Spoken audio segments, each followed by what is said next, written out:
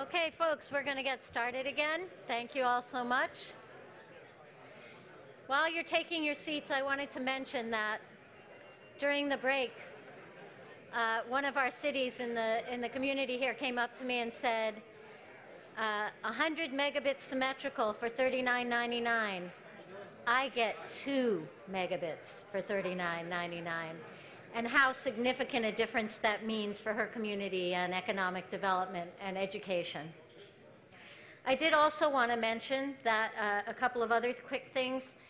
There have been some questions on financing. Please know that we have a panel, a breakout session on financing options. And then at the end of the day, we have a bunch of folks from NTIA, from HUD, from the FCC, who will come and talk to you about what options they have. So important to stay for that final panel and hear what they have to say. Interestingly enough, our hashtag is now getting spammed. That means we're doing great, so keep tweeting. And also, for folks that are following us live, we are trying to take questions from you on Twitter.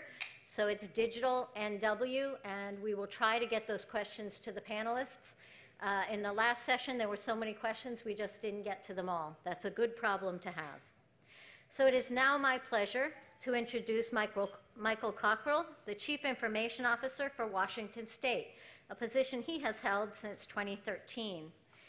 Michael brings to the state more than 20 years of operational experience building both software and software companies in the private sector, and he is also a 9-year veteran of Microsoft. Please join me in welcoming Michael Cockrill.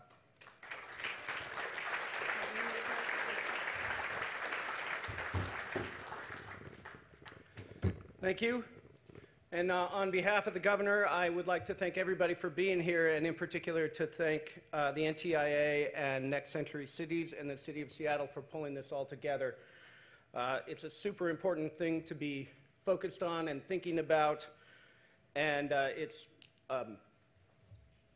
and the governor asked me, actually, you may or may not know, the governor was actually planning on being here and had to change his plans, but he did ask me to just try and reinforce how important it is that you, as the leaders in the broadband industry, are willing to come and take your time and be part of this discussion. So thanks again.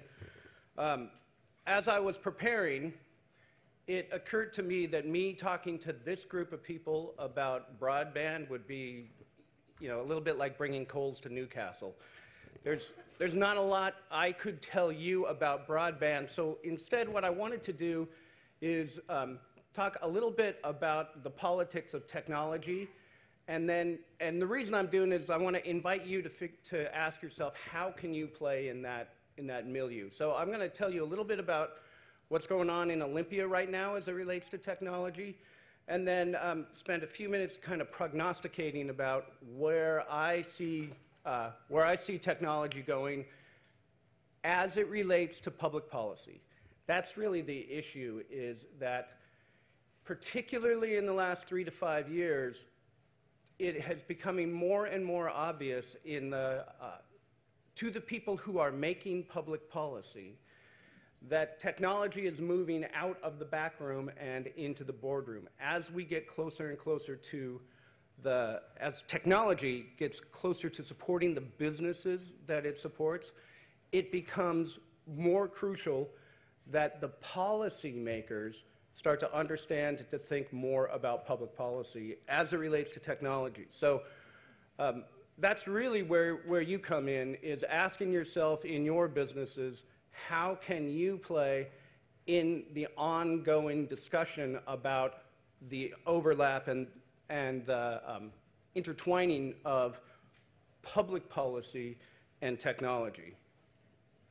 So that's the broad brushstrokes. Let me tell you a little bit about what's going on in Olympia right now. First of all, as for people who live in Washington and are paying close attention to the news, the legislative session is not yet over. We are still fighting about budget, and that is really the backdrop that everything in Olympia is happening under that backdrop, but particularly as it relates to technology. So McCleary, the McCleary case is now and probably will be for the next 3 to 4 years just overshadowing everything that happens in Olympia. That said, we still try and move forward and get things done. So I think the three biggest issues that you're seeing coming out of Olympia as they relate to technology are, number one, cybersecurity, number two, digital privacy, and then number three, the significant issue around the digital divide. So as it relates to security, on the governor's desk right now is a bill that would take the Office of Cybersecurity in the executive branch and move it from being a choice that the governor makes and a choice that that directors make to moving it up into written into the law so that it would get embedded in public policy. And it specifically is designed around creating the way the law is written is designed around creating a partnership with leaders like the people here in the room. So it lays out all of the people that need to be involved to create a whole state approach to cybersecurity. And again, that has moved from being something that the governor thinks is important, something that I think is important, very notably to something the legislature thinks is important. A very similar thing has happened in the area of digital privacy.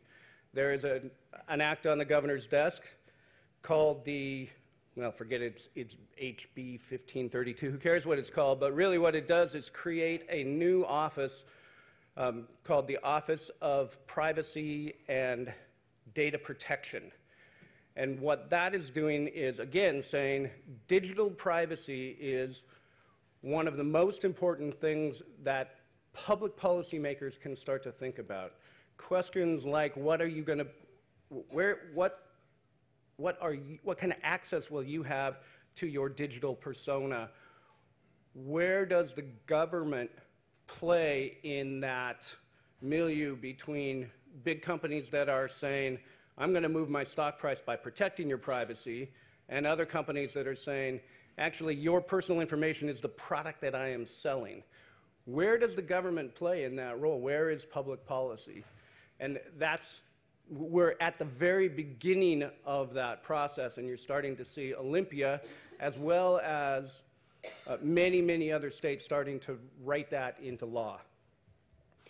So the other thing to note about that particular office is when it was created with two goals in mind.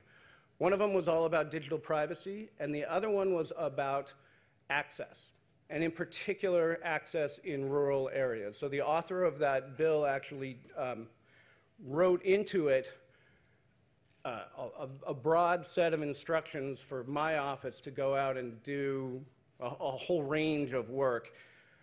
We ended up going and working with the author of that bill and saying, look, that will never, if there's actual hard dollars, it's never going to pass in this session.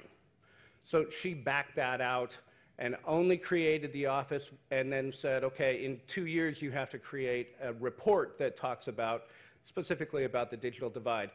I tell you that story for two reasons. One of them is until we solve the $5 billion hole that education represents in our budget, most other issues that require a significant amount of capital are going to get pushed out of the way, and it's just an unfortunate reality. So we spend a lot of time looking to DC, a lot of time focused on the kind of things that David talked about this morning. But the other reason I tell you that story is it really underscores that this issue is bubbling up across the entire legislature. That bill, it was the author of that bill really had to get pushed hard to take out the requirements about exploring the digital divide, but she knew it wasn't going to go anywhere without the funding, but she had broad bipartisan support. This is definitely an issue that you're seeing in Olympia just as you are seeing it in the, at the federal level. So, you know, that's kind of where we are in Olympia.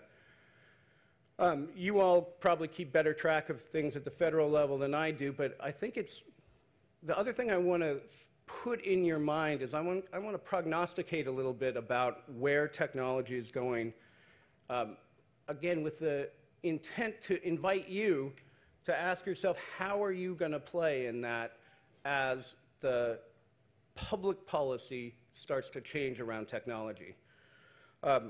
First of all, as I've said several times, until McCleary sort of gets its way out of the Olympia pipeline, be looking forward, be looking back to DC when you're talking about real concrete funds to be able to move things forward.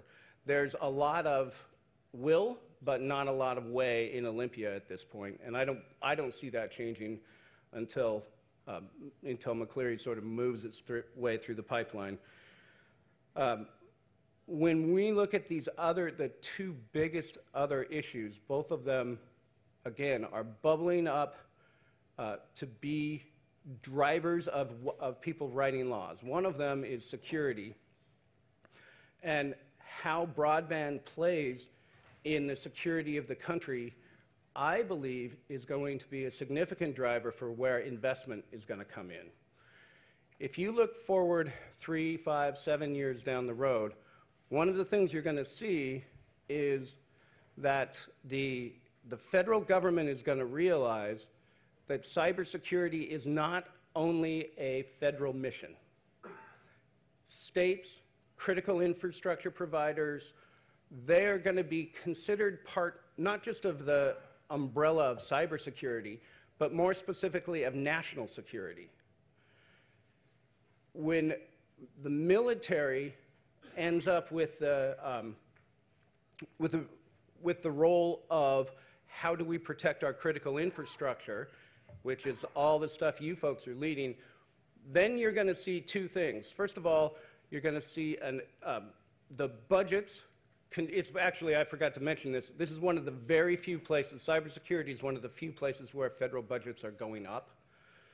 And when the feds start to acknowledge that cybersecurity is a critical issue around national security, and that means critical infrastructure, and that means working with you all as it relates to broadband, you're going to see them going up, and you'll see them go up in two places.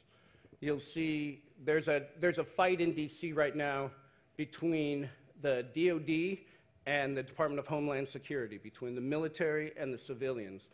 Right now, all of the money for things like broadband in the civilian world comes from DHS, but I think you're going to be able to, you'll see the DoD in their increasing budgets be more focused on protecting critical infrastructure. So as you think about what role do you play, start to think about that. Start to think about how you're going to end up needing to partner with the military, because you are the leaders that will be that will contribute to this whole of the nation approach to security.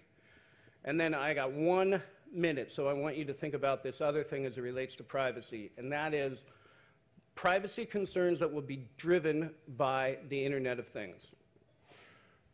I'm prognosticating here, but I believe we're going to see a significant consumer backlash that will affect broadband providers, broadband regulators, affect everybody in the broadband industry.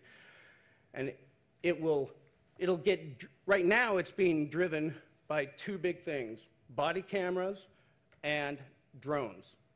Consumers are starting to pay attention to privacy issues because broadband has created the possibility of so much more surveillance. So that's going to get amplified as a policy issue, and I think you'll see a big consumer backlash, again, around three new things, around very personal things. One of them is that consumers are going to figure out how much we track their vehicles.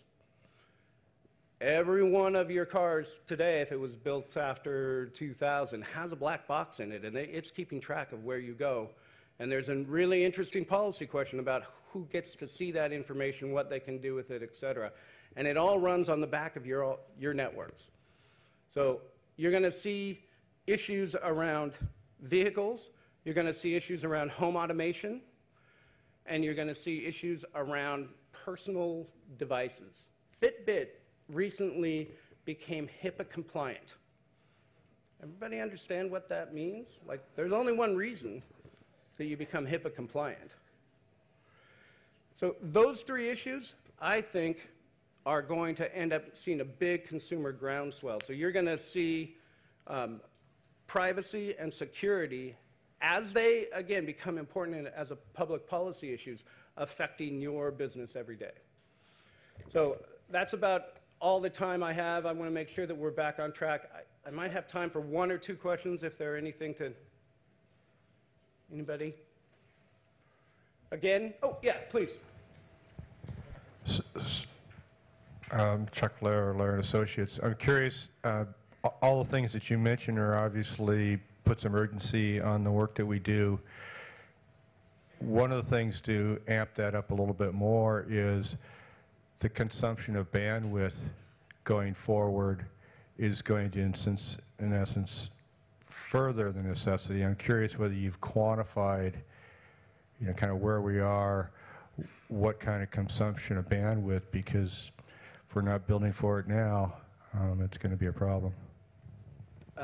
We have not quantified that consumption of bandwidth problem at the state level. We really rely on the private sector to help with that quantification. I think the one exception to that would be FirstNet, who is doing, as most of the people in the room well know, are doing sort of a greenfield, ground-up approach to understanding that and forecasting the bandwidth needs, but I don't think that's in as broad a context as you mean. Yeah. Thank you. Adam Haas, Converge Communications. Security. So I'm always interested in wireless versus fiber in terms of security and what your view is. I mean, is one better than the other? I have my own ideas, but interested to hear what you have to say. I think it's a short-term, long-term kind of problem. And the reason it is because at the end of the day, security is primarily, security at that level, at that network layer, is primarily a technology problem.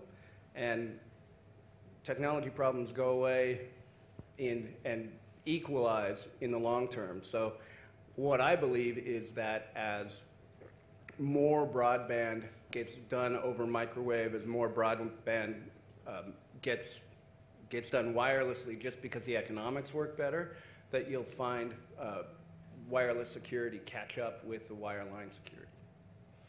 So I'm getting the 0-minute thing here. Again, on behalf of the governor, thank you all for taking your important time to be here.